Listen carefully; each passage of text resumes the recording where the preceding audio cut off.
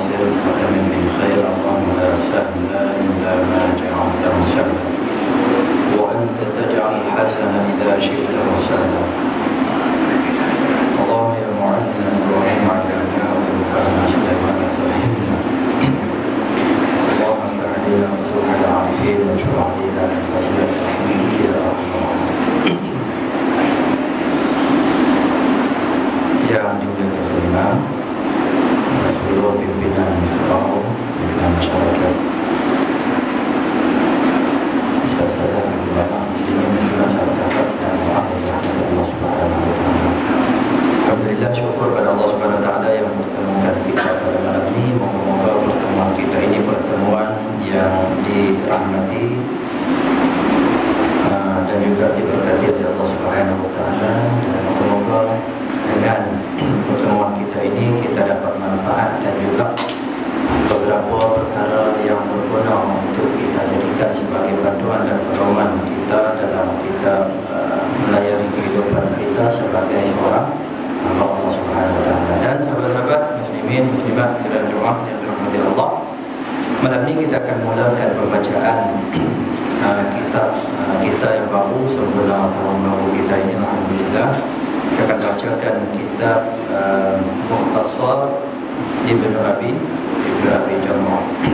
Yang mana Mukhtasar ini maknanya ringkasan yang dinisbahkan kepada Ibnu Abi Jamrah.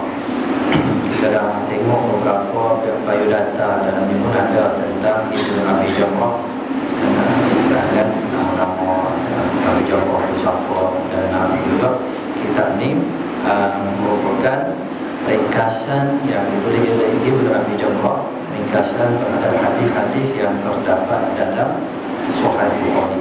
Dalam Sahih Bukhari banyak hadis, dan kita ulama mengiktiraf bahawa kitab yang paling sahih, yang paling benar, yang paling betul setelah Al-Quran. Al-Quran tak ada yang pertikaikan dari segi benar dia, dari segi sahihnya, dan juga dalam agama kita antara kitab yang diterima umum juga, yang mana diiktiraf ulama sebagai kitab yang hanya secara umumnya diterima pakai segala isi kandungannya, ialah kitab Sahih Bukhari, dan namanya Al-Jami'. Begitu juga tahap yang kedua, Imam Muslim, Sahih Imam Muslim, Sahih Muslim. Ini kedua-dua kitab tadi merupakan sandaran utama. Walau bagaimanapun kitab yang lainnya bukan berarti menolak ataupun menafikan ketinggian martabat kitab-kitab hadis yang lain. Baik. Walau bagaimanapun kalau kita nak belajar Sahih Bukhari panjang, dan hadis dia banyak juga yang berulang, lebih kurang 7,734 hadis, yang mana kalau disaringkan dan sebagainya yang tidak berulang. Yang lebihnya hadis-hadis yang berulang. Dan hampir 5,374 hadis diriwayatkan oleh Abu Hurairah radhiyallahu anhu dalam kitab Sahih Muslim. Baik. Jadi malam ni kita akan baca satu kitab ringkasan. Nak baca Sahih Bukhari itu mungkin mengambil masa yang agak panjang, dan kadang-kadang huraiannya, oleh kerana huraiannya mungkin juga kadang-kadang berbentuk fiqh, kadang-kadang berbentuk sejarah, kadang-kadang berbentuk tafsir Quran, kadang-kadang berbentuk usul fiqh, kadang-kadang berbentuk usul tafsir, kadang-kadang mencakupi bidang amalan. Jadi kita sebut 6 ciri utama kitab yang dipanggil kitab sahih ataupun kitab jami'. Dia ada 6 ciri utama dia. Antaranya ialah dalam dia ada perbahasan berkenaan dengan akidah, dia ada perbahasan berkenaan dengan fiqh, dia ada hadis-hadis perbahasan berkenaan dengan tafsir, dia ada hadis berkenaan dengan perbahasan sirah ataupun sejarah, dia ada perbahasan berkenaan dengan akhlak, dan dia ada perbahasan berkenaan dengan umurul akhirah, berkenaan dengan hari kiamat. Jadi 6 perkara tadi jika dibahaskan dalam mana-mana kitab hadis, maka itu dipanggil kitab Al-Jami'. Baik. Jadi kitab Imam Bukhari disebut Jami' As-Sahih, Imam Muslim pun disebut Jami' As-Sahih, begitu juga Imam Tirmizi. 3 buah kitab ini dipanggil Al-Jami' As-Sahih. Al-Jami', kitab Al-Jami', kerana dia bahaskan 6 perkara tadi.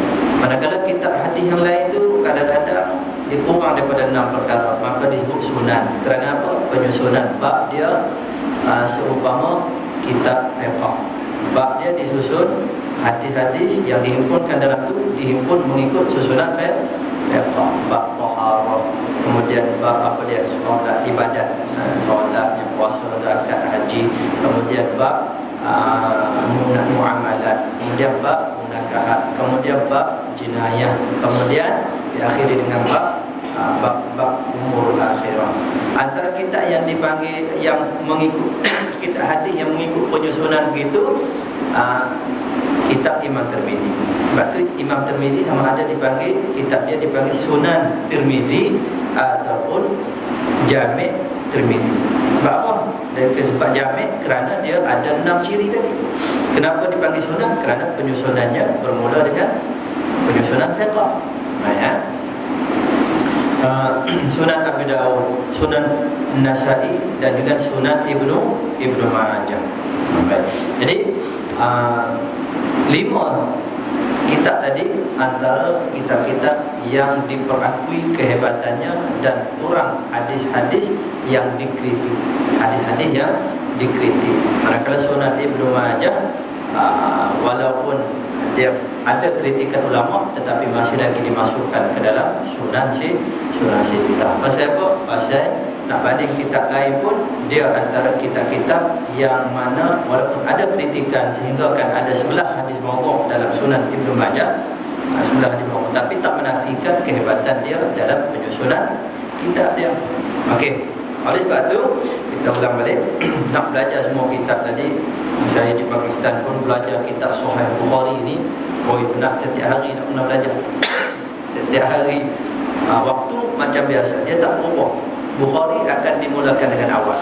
Maknanya pukul 8 pagi kalau waktu biasa. Musim sejuk pukul 8 pagi. 8 pagi 2 masuk 8 hingga pukul 9. Kemudian pukul 9 hingga pukul 10 rehat. Biasanya pagi itu waktu Sahih Bukhari. Maka dia panggil kitab yang ketua kepada kitab-kitab tadi. Setiap hari 2 jam. Kecuali hari apa? Hari Jumaat saja. Hari Jumaat saja cuti, makna 6 hari seminggu. 6 kali 12 jam. Kalau musim panas lagi bermula pada pukul 6 ataupun 6.30 pagi. Sebab subuh pukul 5.30. Habis main subuh, tak ada makan minum lagi. Dah duduk relax, duduk sana, ngantuk mama, apa semua kan. Lepas main subuh masing-masing cari tiang. Macam kita lah. Tak pernah. Jadi baru mula belajar 6.30 sehinggalah sarapan pagi. Sarapan pagi pukul 8. Habis tu sambung Bukhari pula. Maknanya Bukhari kena belajar lebih lagi berbanding kitab lain. Kerana apa dia? Bila kita hadap kitab Sahih Bukhari, kitab sunnah lain akan mudah. Kerana banyak hadis-hadis yang telah dinyatakan dalam Bukhari, cuma dalam sunnah-sunnah lain sebagai tambahan-tambahan saja. Jadi insyaAllah kita akan bincang kitab kita ini yang mengandungi 294 hadis dalam pelbagai bidang agama kita insyaAllah. Baik, kita mula. Bismillahirrahmanirrahim. Hadis yang pertama, permulaan turunnya wahyu. Baik, kenapa hadis ini diletakkan Imam Bukhari? Oleh kerana dia panggil hadis ni disaring daripada Sahih Bukhari, maka permulaan kitab ataupun awal-awal kitab, awal-awal hadis yang dibawakan oleh Imam Al-Bukhari rahmatullah alaih, pertama hadis berkenaan dengan niat. Hadis berkenaan dengan niat diriwayatkan secara mu'allaq. Secara mu'allaq maknanya secara tergantung. Tergantung maksudnya apa dia? Tergantung maknanya daripada tabi'in terus kepada Nabi SAW, ataupun daripada perawi ataupun guru kepada Imam Bukhari. Imam Bukhari kata apa dia? Kata guru aku, kemudian innamal a'malu binniyat. Kata guru aku, qala Rasulullah SAW, innamal a'malu binniyat. Kalau kita tengok dalam kategori hadis, bila disebut hadis mu'allaq, dia ada masalah. Dia dalam kumpulan kategori hadis-hadis yang mardud, tak diterima, ataupun kategori hadis dhaif. Dua tu saja. Tapi Imam Bukhari letakkan dia punya hadis tu dalam keadaan mu'allaq. Mu'allaq makna tergantung. Kalau kita tengok benda yang berantakan, dia hanya ada tali saja daripada atas, gantung. Kemudian tidak ada benda. Nak digantung lampu ke, nak digantung benda lain ke, tak digantung. Itu dipanggil mu'allaq. Baik. Sepatutnya bila hadis mu'allaq, macam apa ni? Nama Sahih Bukhari, tapi hadisnya mu'allaq, hadis yang tak diterima. Kategori hadis yang tak diterima. Pasal apa pula Imam Bukhari letak begitu? Pasal hadis itu masyhur dah, tak perlu letak dah. Pasal apa? Semua orang tahu hadis itu daripada Umar bin Khattab, daripada Ibrahim An-Nakhai, daripada Al-Qamah, daripada Ibrahim An-Nakhai.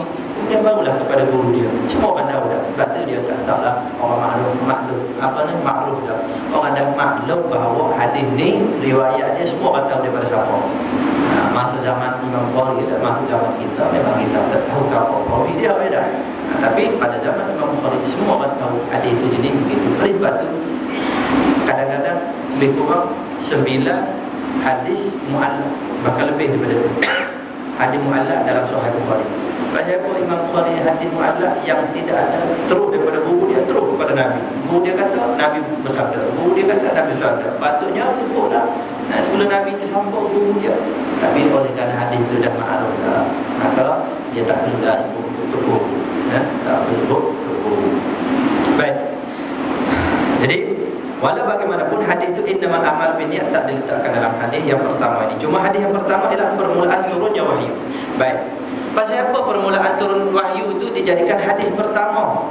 Bahkan Imam Bukhari dinyatakan yang innamal a'mal binniyat itu bukan hadis pertama yang dia letak. Dia hanya letak sebagai mukaddimah supaya kita nak belajar sesuatu kena niatnya kena ikhlas kerana Allah Subhanahu wa taala. Okey. Sebab tu hadis yang kedua baru dia sebut haddatsana. Aku diceritakan oleh guru aku cerita dia dapat daripada guru dia kata dia dapat daripada guru kepada guru dia, guru sehinggalah kepada Nabi sallallahu alaihi wasallam. Baik. Jadi hadis pertama Nabi sallallahu alaihi wasallam, hadis pertama dalam kitab Sahih Bukhari ialah hadis permulaan turunnya wahyu. Kenapa hadis ni permulaan wahyu ni, hadis ni dijadikan hadis pertama dalam penyusunan kitab Sahih Bukhari? Secara umumnya pertama kerana dia dalam agama kita sumbernya adalah wahyu. Asas dalam beragama adalah wahyu. Kita ni bukan ambil daripada mana-mana. Dan asas sesuatu yang boleh dijadikan sebagai ciri-ciri agama, Syekh Asy-Syahristani dalam kitab dia Al-Milal wal Nihal, Syahristani kitab dia Al-Milal wal Nihal, iaitu agama dan anutan. Dia mengatakan bahawa antara ciri-ciri sesuatu itu dipanggil agama, pertama adanya kitab suci. Adanya kitab suci. Agama Nasrani, agama Yahudi itu kita panggil agama pasal apa? Dia mendakwa ada kitab. Buddha kita panggil agama pasal apa? Dia ada kitab dia. Agama Hindu ada kitab dia. Itu pertama ciri-ciri agama. Yang kedua, adanya maksum, konsep maksum. Ini saya menyatakan dalam depan kita. Tak apalah, ambil balik. Yang kedua, kerana adanya ciri maksum. Dalam agama kita Islam ada ciri maksum, ada. Sebab tu ciri yang kedua ialah maksum. Agama Nasrani ada ke tidak ciri maksum? Kristian ada, tak bisa dia, sehingga kan diangkat lebih daripada ciri-ciri maksum. Tuhan pula, bukan maksum saja, Tuhan. Yahudi ada tidak? Ada juga ciri-ciri maksum. Bahkan ada juga ketuhanan. Apa dia? Uzair dinyatakan sebagai Tuhan. Anak Tuhan, kata anak Tuhan. Uzair ibn qalatil yahud Uzair ibn Allah wa qalatin nasara al-masih ibn Allah. Yahudi kata Uzair sebagai anak Allah, manakala Nasrani Kristian pula kata Nabi Isa sebagai anak Allah. Tapi dalam agama kita tidak begitu. Qul in kana lahu waladun fa ana awwalul 'abidin. Katakanlah wahai Muhammad, kalaulah in kana lirrahmani waladun fa ana awwalul abid. Kalaulah Allah Ar-Rahman ada anak, maka jawablah Muhammad, akulah orang pertama yang menyembah anak Tuhan. Tapi oleh kerana tidak ada, maka tak sembah. Lepas tu disebut konsep maksum antara ciri kedua, yang mana sesuatu anutan tadi boleh disebut sebagai agama, akidah ataupun kepercayaan. Yang ketiga, adanya teori ataupun konsep pembalasan, kebangkitan. Konsep kebangkitan. Sebab tu Syiah, tuan-tuan, kita sebut dia adalah satu agama. Kerana ada ciri kita ni, ada kitab dia. Ada tidak kitab dia? Dia tak akui kitab Quran. Dia kata Quran dah diubah. Bahkan ada kitab yang lain, Taubah ada tu batu 90 juzuk ada. Kita yang 30 juzuk pun payah dah mana. Allahu Akbar, lidah tergeliat nak baca. Kan? Kalau 90 juzuk tak tahu terbelit tang mana lidah kita. 90 juzuk, kita yang juzuk 30 nak apa aku ya Allah, bercelau dah. Apa nama, datang ayat yang jenis ulang sama-sama, payahlah kita nak apa ya. Kan saya pernah cerita di sini, sahabat saya jadi imam di Pakistan, maksudnya sama-sama kita adalah kehafal antara surah apa dia? Surah Al-Balad. La uqsimu bihadzal balad wa anta hillum bihadzal balad. Akhir sekali apa dia? وتواصوا بالحق وتواصوا بالمرحمة أولئك أصحاب الميمنة والذين كفروا بآياتنا هم أصحاب المشأمة عليهم نار مؤصدة. Dalam surah apa namanya, surah Wailul likulli humazatin lumazzah, surah Al-Humazah, apa dia? نار الله الموقدة التي تطلع على الأفئدة إنها عليهم مؤصدة. مؤصدة juga kan? Tapi ujung dia fi amadin mumaddada. Jadi sahabat saya baca surah Al-Balad, orang tu dia baru hafal surah Al-Humazah. Jadi apa nama ni? Alaihim narun muqsadah. Dia pun Allahu Akbar. Yang belakang ni fi amadin mumaddada. Sebab dia tak hafal lagi surah tu, dia hafal surah yang dia hafal ni, Wailul likulli tadi. Dia kata tak lengkap tu. Yang dia ingatnya apa nama? Akhir tu kena fi amadin mumaddada. Tegur dia. Sahabat saya jadi imam, naik balik. Tu dia. Pas saya pun rasa betul tak? Rukuk balik. Rukuk balik. Allahu Akbar. 2 kali rukuk. Ingatkan solat gerhana. Baik. Jadi kita ni 3 ciri utama yang mana benda, sesuatu benda, anutan, pegangan yang dikatakan dia tu adalah agama. Ciri-ciri sebuah yang boleh kita katakan agama, itu ada teori kebangkitan. Sebagaimana Syiah juga ada teori kebangkitan. Sebab tu kita kata Syiah agama yang baru, bukan mazhab. Bukan mazhab. Apa? Bukan saja dia ada ciri kemaksuman, bahkan ciri ketuhanan sebagaimana Yahudi dan juga Nasrani. Kita dalam Islam kita ni, Nabi kita ada kitab suci Al-Quran. Kita ada teori ciri kemaksuman Nabi SAW. Tapi kita tak pernah Nabi sebut apa? La tutruni, jangan kamu puja. Nak menghormati Nabi, hormat Nabi SAW, jangan kita puja sebagaimana memuja golongan Bani Israel, golongan Nasrani dan Yahudi yang memuja, ataupun Nasrani yang memuja Nabi Isa AS. Puja sehingga mengatakan anak Tuhan, maknanya melebihi daripada akidah yang kita pegang. Nak puji-pujilah. Boleh, tak ada masalah. Baik. Dan kita ada puji kita sehingga kita paling tinggi kita kata Nabi itu maksum. Dan satu lagi, kita ada teori kebangkitan. Memang ada dalam agama Islam kita yang baik. Oleh sebab itu Syiah pun ada teori kebangkitan. Tetapi kebangkitan dia awal lagi, sebelum kiamat. Imam Mahdi turun. Imam Mahdi turun. Dan sebelum Nabi Isa, bukan Imam Mahdi turun. Imam Mahdi dilantik sebagai imam. Jadi bila dilantik sebagai imam, maka masa itulah Imam Mahdi akan menghidupkan para sahabat yang meninggal dunia untuk dihukum sebelum berlakunya kiamat. Itu teori, dipanggil teori Ar-Raja'ah. Dalam teori mereka dipanggil teori Ar-Raja'ah, iaitu dikembalikan balik ke dunia. Ya tak? Terbuka kubur ke macam mana, Wallahu'alam. Dia masuk, keluar balik dia punya tu, dan akan dihukum. Antaranya siapa? Na'udzubillah, Abu Bakar As-Siddiq, Umar bin Khattab radhiyallahu anhu, dan juga Aisyah, begitu juga Ubaidillah, Talhah bin Ubaidillah. Ni 4 orang utama ni, ataupun dan yang kelima Uthman bin Affan. Ni semua ni akan dihukum oleh Imam Mahdi. Kenapa? Kerana pertama dia kata Abu Bakar, na'udzubillah, Abu Bakar, Umar, Uthman semua murtad. Aisyah dia kata berzina 2 kali, na'udzubillah. Tak tahu. Okey. Talha juga dituduh dia lah yang bertanggungjawab berzina dengan na'udzubillah Aisyah radhiyallahu anha. Kemudian dia dibangkitkan untuk dihukum, kerana Nabi tak hukum 2 orang pada zaman Nabi sallallahu alaihi wasallam. Tentu kita itu teori kebangkitan. Awal lagi dah dibangkitkan dah. Hebat Imam Mahdi mereka tu. Jadi kita sebut apa dia? Itu antara ciri-ciri dan teori agama. Bahkan tuan-tuan, ada kajian terbaru mengatakan Ultraman itu pun adalah ideologi Syiah juga. Ultraman.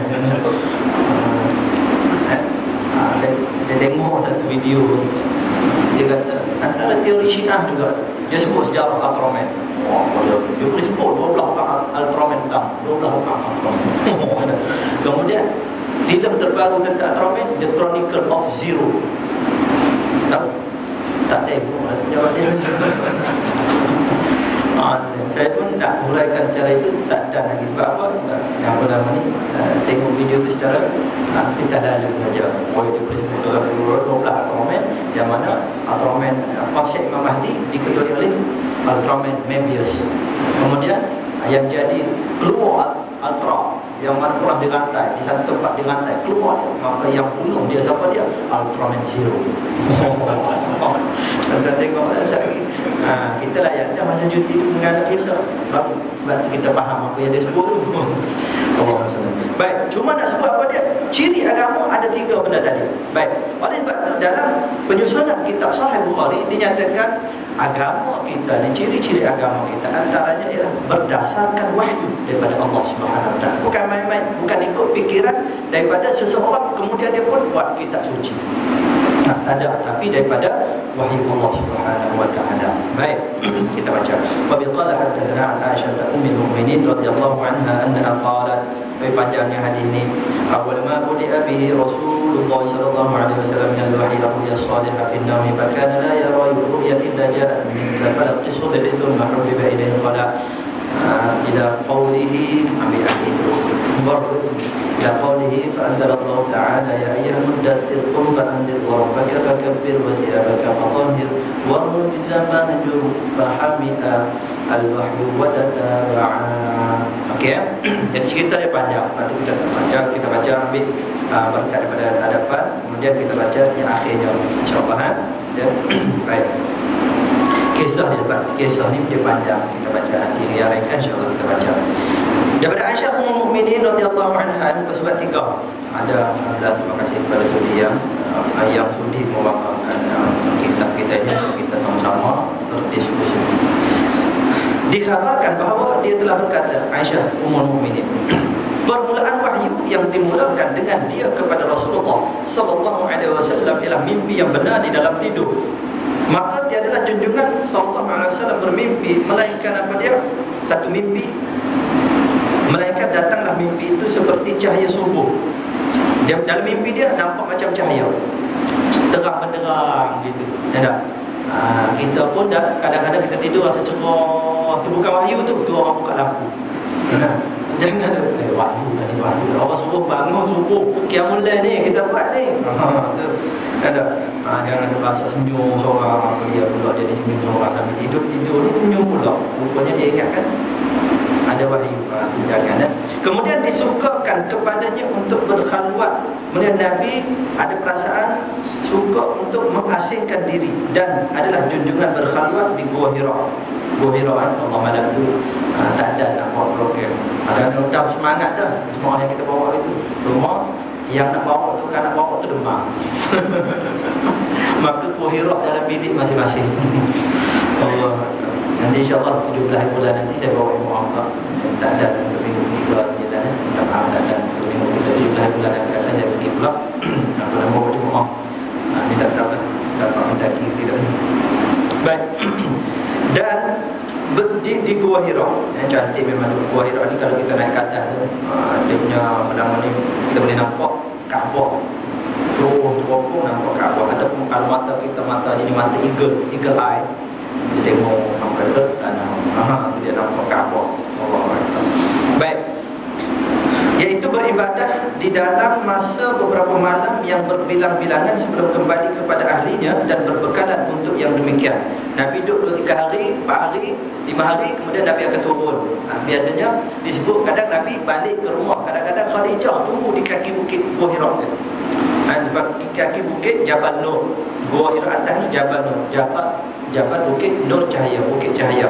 Tunggu di pertengahan, ataupun kadang di kaki bukit, kadang naik pertengahan bukit. Barulah apa nama Nabi ambil bekalan tadi. Kadang-kadang Nabi balik sendiri. Nabi kata tak payah datang. Allahu Akbar. Ini dipanggil isteri membantu suami dalam kerja-kerja agama, membantu suami untuk mencapai keredaan Allah. Kita juga Aisyah radhiyallahu anha pun, ni hadis daripada Aisyah. Aisyah radhiyallahu anha pernah ditanya, wahai Aisyah, perkara apakah yang menyebabkan kamu terpekul pada Nabi SAW? Ibadat manakah yang mana kamu rasa kamu terpekul pada Nabi SAW? Yang mana dalam banyak-banyak ibadat mana yang nampaknya menyebabkan kamu rasa Allahu Akbar, begitu sekali Nabi SAW ibadat. Gitu.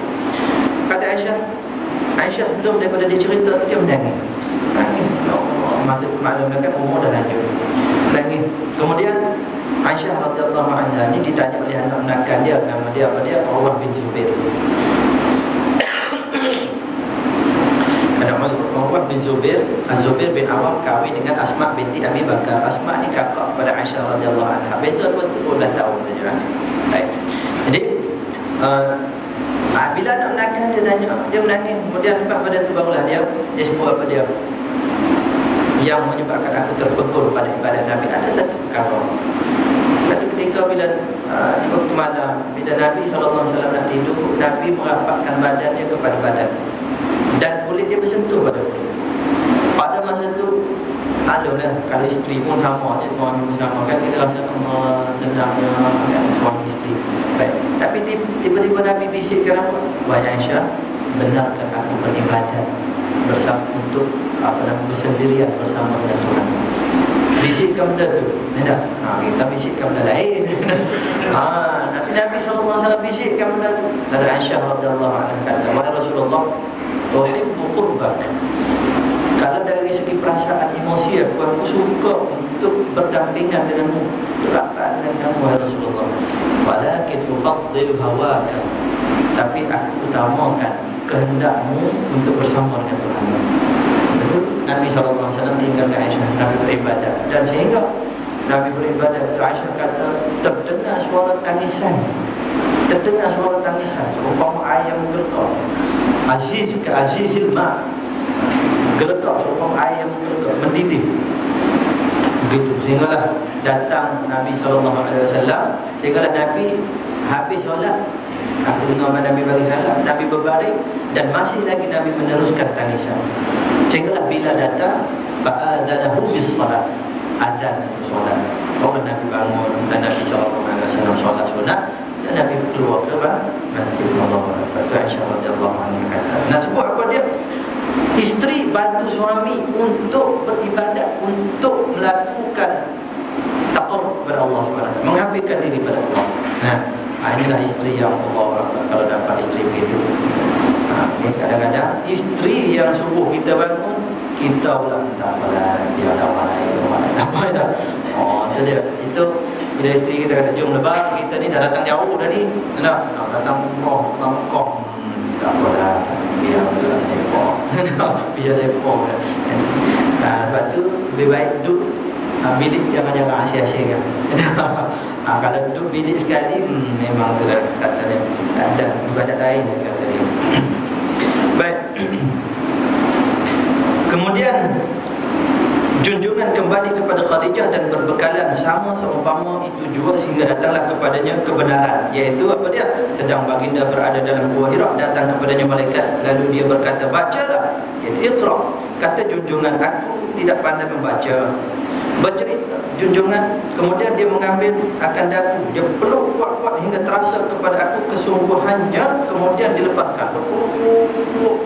Malaikat ni peluk, kemudian dia lepas, dia kata bacalah. Semua kisah ni kita dah tahu dah daripada kecil sampai sekarang. Kisah ni tak berubah.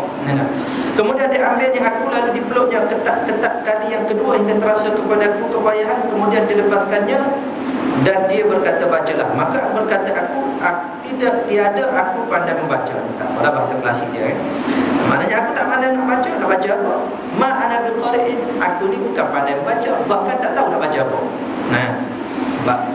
Setelah itu dia mengambil aku buat kali ketiga, lalu dipeluk dia sungguh-sungguh hingga terasa aku eratnya, kemudian dilepaskannya aku. Maka dia berkata bacalah, iaitu Iqra bismi rabbikal ladzi khalaq khalaqal insana min 'alaq Iqra wa rabbukal akram. 5 ayat pertama. 5 ayat pertama, Iqra bismi rabbikal ladzi khalaq khalaqal insana min 'alaq Iqra wa rabbukal akram alladzi 'allama bil qalam 'allamal insana ma lam ya'lam. Ada 5 ayat pertama diturunkan kepada Nabi sallallahu alaihi wasallam. Ulanglah baginda dengan ayat-ayat itu dan hatinya gemetar. Dah masuk dalam hati dah, gemetar. Lalu masuklah dia kepada Khadijah binti Khuwailid seraya berkata, selimukan daku, zammiluni ataupun dasirun. Baik.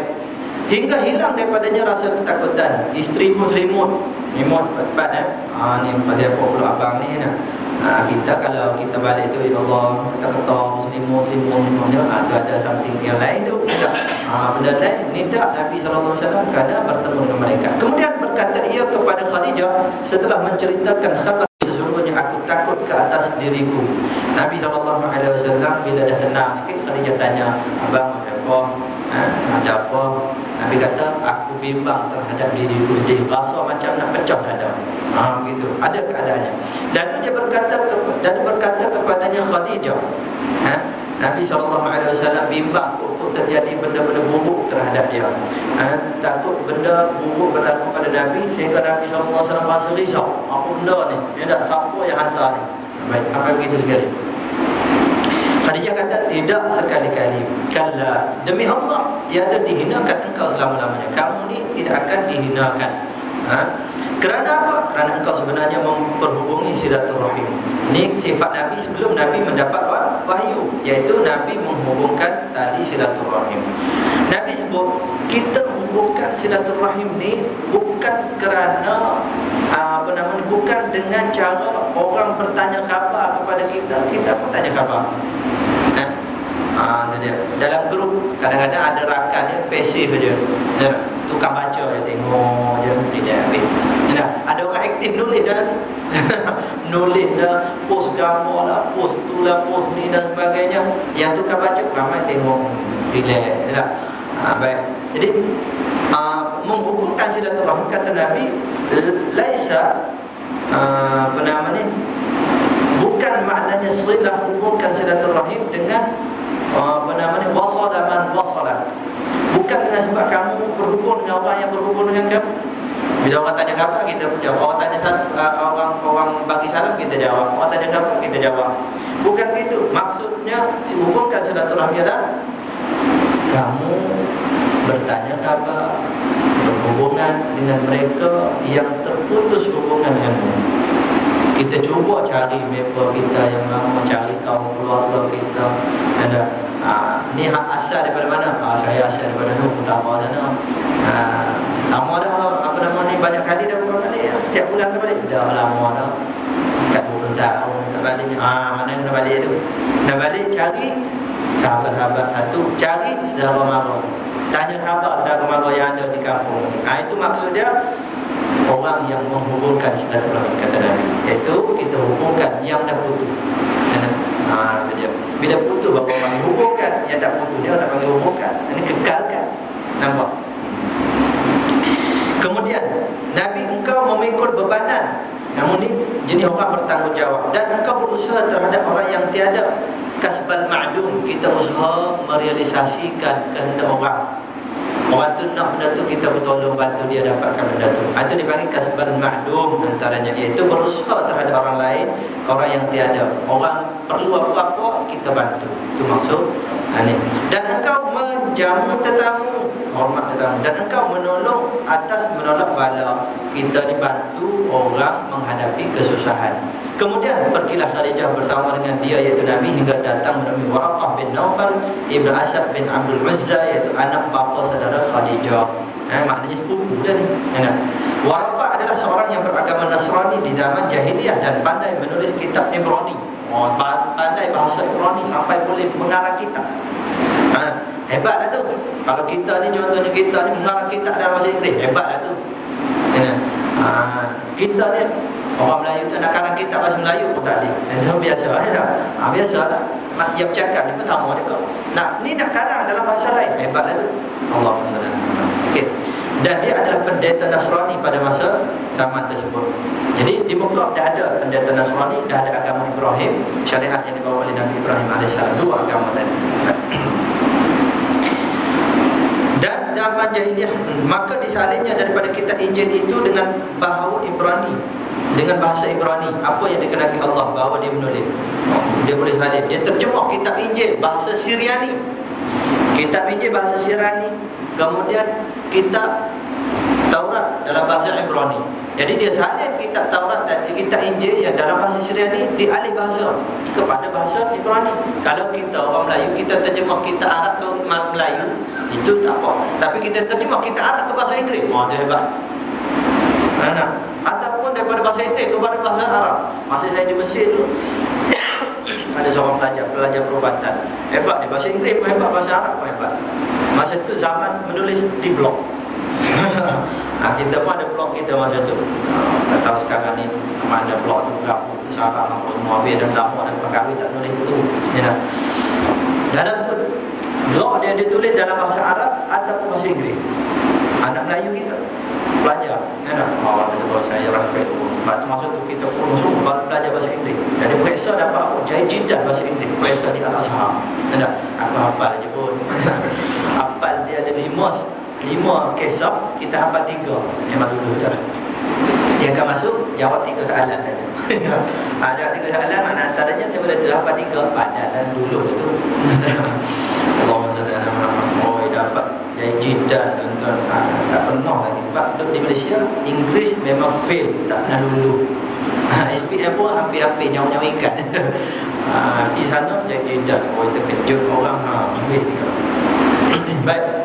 Disalinnya daripada kitab Injil dengan itu bahawa Ibrani dan bahasa Ibrani dengan apa yang dikehendaki oleh Allah Subhanahu Wa Taala. Dia adalah seorang yang telah berusia tua, maka berkata kepadanya Khadijah kata, wahai anak bapa saudara. Kalau kita kata wahai anak sepupu, wahai sepupuku, cuba dengarkan daripada anak saudara engkau ini. Dengar ni dah, dengar apa yang dia nak sebut.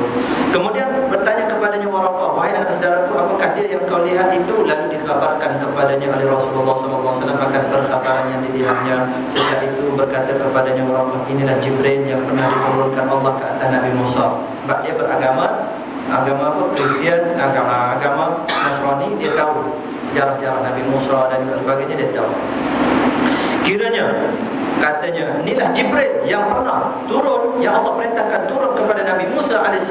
Begitu juga Nabi Isa, yang mana Allah suruh bagi wahyu. Baik, katanya, kiranya kalau aku masih muda remaja dan aku masih boleh hidup ketika dikeluarkan engkau oleh kaum engkau. Nabi SAW bila dengar dikeluarkan oleh kaummu, Nabi kata, Rasulullah bertanya, apakah mereka akan mengeluarkanku? Apakah mereka akan halau aku daripada Mekah? Tidak. Nabi terkejut. Adakah sehingga kesan dia aku akan dihalau daripada kota Mekah? Jawabnya, ya. Kerana Waraqah kata, ya, kerana tidak pernah datang seorang lelaki dengan membawa seumpama yang engkau datangkan dengannya itu, melainkan dia akan dimusuhi. Orang akan balah dengan kamu. Dan sekiranya aku dapatilah hari engkau itu, tentulah aku akan menolong kau. Kalau aku masih hidup pada zaman kamu itu dan aku masih muda pada zaman tersebut, nescaya aku akan bantu. Waraqah ni tak berapa lama lepas pada itu meninggal, memang tak ada mampu dah. Baik. Dengan pertolongan yang sungguh-sungguh. Kemudian tiada berapa lama sesudah itu Waraqah pun meninggal dunia dan wahyu pun terhenti. Terhenti setakat itu dulu. Baik. Berkata Ibnu Syihab, dan telah dikhabarkan kepada aku oleh Abu Salamah bin Abdul Rahman bahawa Jabir bin Abdullah Al-Ansari telah berkata semasa bercerita tentang terputusnya wahyu, zaman di mana dia bagi gap antara wahyu pertama dengan wahyu berikutnya, tak ada dah selepas daripada itu. Okey, belum ada lagi, Jibril tak turun dah lepas daripada wahyu pertama. Baik, katanya junjungan bersabda dalam percakapan itu, sedang aku masih berjalan-jalan, tiba-tiba kedengaran olehku suara dari langit. Dah ada tempoh di mana terputusnya wahyu, wahyu tak turun dah. Wahyu pertama tu tak ada. Kemudian Nabi jalan jalan, lalu tiba-tiba ada suara daripada langit. Lalu aku angkat pandangan, tengok ada sekonyong-konyong. Oh, dia punya bahasa dia. Malaikat datang. Tiba-tiba malaikat datang kepada di Gua Hira itu, sedang duduk di atas kerusi yang terletak di antara langit dan bumi. Oh, itu dia. Yang ni yang digambarkan dalam Lord of the Ring ni. Tengok. Tak tengok dulu. Di antara langit dan bumi, maka terperanjatlah aku daripadanya. Kemudian aku pun balik, tengok duduk atas kursi. Benar? Jibril dalam rupa bentuknya yang asal. Besarlah Jibril. Tapi tu pun dah di apa nama ni, diminimizekan kerana bumi tu. Dan bumi kecil kan, Jibril sekali dia punya di ujung jari dia aja bumi ni. Dia boleh balik gitu aja. Baik. Oleh sebab tu dah mengecil dah, menyusut. Jadi kalau kita cerita pada Ant-Man, tengok. Kemudian aku pun balik, maka aku katakan, oh ustaz tengok, iyalah flat kontak kata semua kata. Hilang kan? Dah tidur tak jangan penat badan. Dah tengok orang lain semua berdekuk. Tengok dia. Aku selimutkanlah aku. Tapi flight kontak ni sedap tuan-tuan. Duduk kejap makan, duduk kejap makan. Sampai orang sebelah kata apa dia, ustaz flight ni macam makan dia kan. Oh iyalah. Sebab kita pelapor. Artinya, baik bila Nabi SAW tengok malaikat Jibril dalam keadaan duduk antara langit dengan bumi terawang-awangan gitu, kemudian dia balik daripada duduk nak pergi ke Gua Hira kerana rasa rindu. Nabi SAW rasa rindu untuk bertemu dengan Jibril tadi, datang ke Jabal Nur, daki bukit. Baik, tak sempat sampai ke Gua Hira tadi, nampak Jibril AS turun balik 5 km Gua Hira ke tempat rumah Nabi SAW di Mekah kan? 5 km. Baik. Jadi bila balik tadi dalam keadaan takut, tengok begitu, terkejut lagi kita pun terkejut tengok benda yang tak pernah kita lihat. Maka Nabi balik, Nabi kata zammiluni dasiruni ataupun zammiluni ya. Nabi sebut zammiluni, selimutkan aku. Lalu apa nama ni, diturunkan Allah Azza wa Jalla, iaitu ayat Ya ayyuhal muddathir qum fa'anzir wa rabbaka fakabbir wa thiyabaka fatahhir wa rujza fahjur. Baik, surah Al-Muddathir ayat 1 hingga 5. Maksudnya, wahai orang yang berselimut, bangunlah dan berikanlah peringatan, dan Tuhan engkau adalah engkau agungkan dia, besarkan dia, pada agungkannya, dan pakaian engkau adalah bersihkan, dan perkara yang tiada suci tinggalkan. Mana benda-benda kekotoran, maksudnya kekotoran pemikiran. Ini lebih warujza, ar-rijzu, dia hampir kepada rijsun. Bahasa Arab benda kecil ni ada dipanggil rijzun, ada dipanggil rijsun. Rijsun solid berkenaan dengan benda-benda akidah. Maknanya kekotoran pemikiran, akidah, ideologi, pegangan, kepercayaan, semua itu dipanggil rijsun, pemikiran yang kotor. Baik. Ada satu lagi dipanggil rijzun. Apa nama ni? Disebut rijzun ni, dia merangkumi zahir dan juga batin.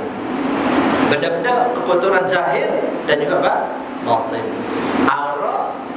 Apa nama? Ya ayyuhalladzina amanu innamal khamru wal maisiru wal ansab wal azlamu rijsun min amali syaitan. Wahai orang beriman, sesungguhnya arak, penuh nasi, judi dan juga mengorbankan binatang untuk berhala adalah satu benda yang kotor. Kotor ke mana? Kotor kepercayaan, pemikiran, akidah, pegangan dan juga sangkaan. Kotor semua tadi. Fajtanibu, hendaklah kamu jauhi, la'allakum tuflihun, semoga kamu berjaya. Mudah-mudahan kita berjaya dalam menjauhi semua benda tadi akan berjaya. Kekotoran pemikiran, ideologi, kepercayaan, akidah, tangkapan, sangkaan, semua tadi kalau kita tinggalkan benda-benda buruk tadi, dia akan menyebabkan kita berjaya, sama ada berjaya dunia atau akhirat. Baik. Sebut rijzun wa rujza fahjur. Ini benda-benda yang melibatkan akidah ataupun benda-benda yang melibatkan perkotoran zahir, najis, terhindari. Sebab tu antara ni ayat ni merupakan hujah mengatakan bahawa bila kita nak solat, kita kena bersihkan sama ada zahir ataupun batin. Sama ada pemikiran kita, sembahyang kita lillahi ta'ala, usolli lillahi ta'ala. Itu yang kedua lagi, tempat kita nak sembahyang. Yang ketiga, pakaian kita. Dari situ badan, zahir dan batin itu kena sucikan. Kemudian tempat. Kemudian satu lagi ialah kita punya pakaian. Baik. Sebab itulah Allahumma shalli ala Muhammad, kita sebut apa dia? Syarat sah sembahyang, pertama suci daripada hadas, suci tempat, suci pakaian, suci tubuh badan. Itu 3 persucian. Jadi kalau salah satu daripadanya kita tak mampu lakukan, syarat itu tak mampu kita tunaikan, masa itulah dipanggil solat hormat waktu yang saya pernah nyatakan di sini. Asal solat hormat waktu ialah bila kita tidak ada 2 medium penyucian, iaitu air dan juga tanam. 2 medium penyucian iaitu air dan juga tanam. Tidak ada salah satu daripadanya, maka masa itu kita kena solat, tapi dipanggil solat hormat waktu. Atas dasar itu juga dikiaskan kepada jika kita tak mampu melakukan solat, dari segi tempat solat tak ada, tempat solat ataupun menghadap kiblat tak mampu. Antara syarat sah sembahyang menghadap kiblat. Baik. Tapi kiblat ke arah lain, balik ke Malaysia, malam pula, pagi pula, nak menghadap mana? Menghadap belakang kiblat lah. Nak sembahyang tak ada ruang, maka masa itu dipanggil solat hormat waktu. Dan persoalan solat hormat waktu, sama ada kena qada selepas daripada itu ataupun tidak, itu perbahasan panjang lebar di kalangan ulama. Siapa yang rasa tenang qada, dan pilihan dalam mazhab Syafi'i ialah qada balik walaupun kita dah sembahyang solat hormat waktu. Itu pilihan dalam kitab Al-Mu'tamad, kitab Fiqh Mahaji dan sebagainya dalam solat hormat waktu mengikut mazhab Syafi'i. Tapi kalau orang dia yakin dengan tak apa, ada sembahyang, dan maknanya Allah SWT la yukallifullahu nafsan, sebagaimana hujah-hujah daripada imam-imam yang lain, mazhab-mazhab yang lain, iaitu terpulanglah. Cuma kalau nak tambah lagi, tambahnya nilai tambah kita kotor lah. Itu dia.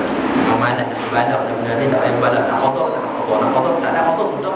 Nak kotor sebab semua tu ada pendapat ulama, tapi jangan ikut nafsu, kena belajar. Kena belajar. Okey, baik. Allah. Dan setelah itu maka turunlah wahyu dan berturut-turutlah datangnya. Bila turun surah Al-Mudaththir, kemudian turunlah surah-surah yang lainnya yang menandakan Nabi sudah mula perlu menyebarkan ajaran agama. Sebelum daripada itu hanya untuk Nabi SAW saja. Dan maknanya pelantikan, watikah pelantikan sebagai Nabi. Bila turunnya Iqra, pelantikan sebagai Rasul. Bila Rasul maknanya wajiblah dia sampaikan, zahirkan dia punya dakwah dia.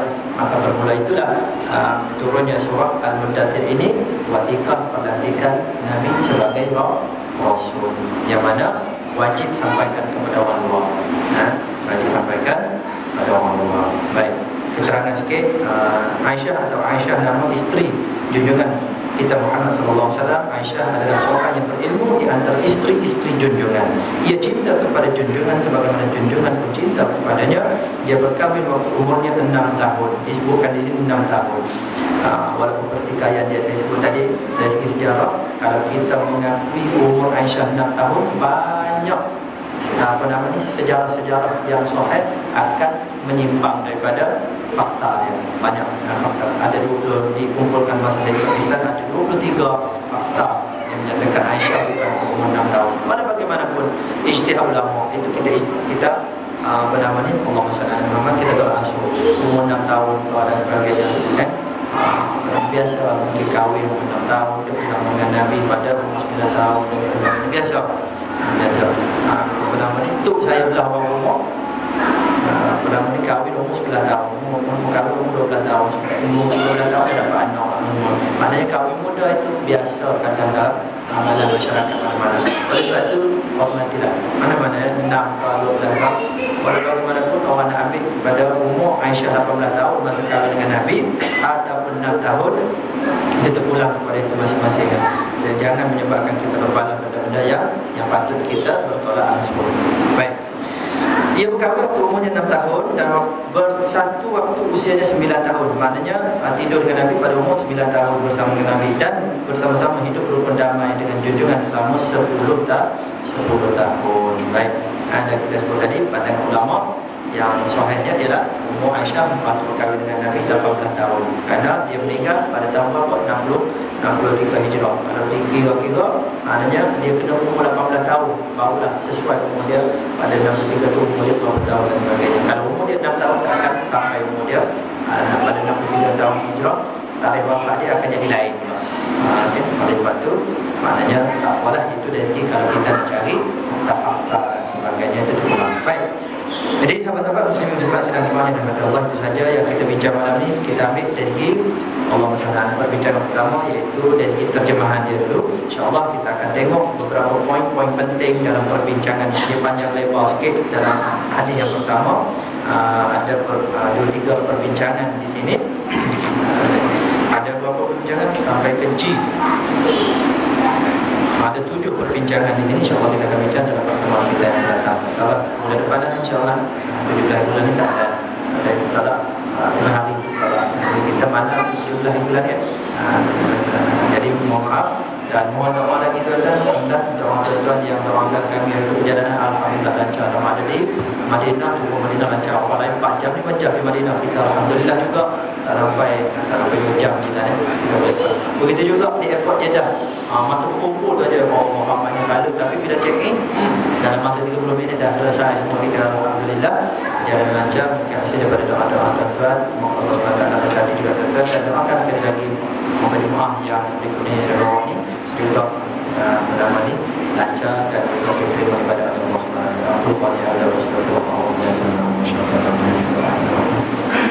Alhamdulillah Allahumma alim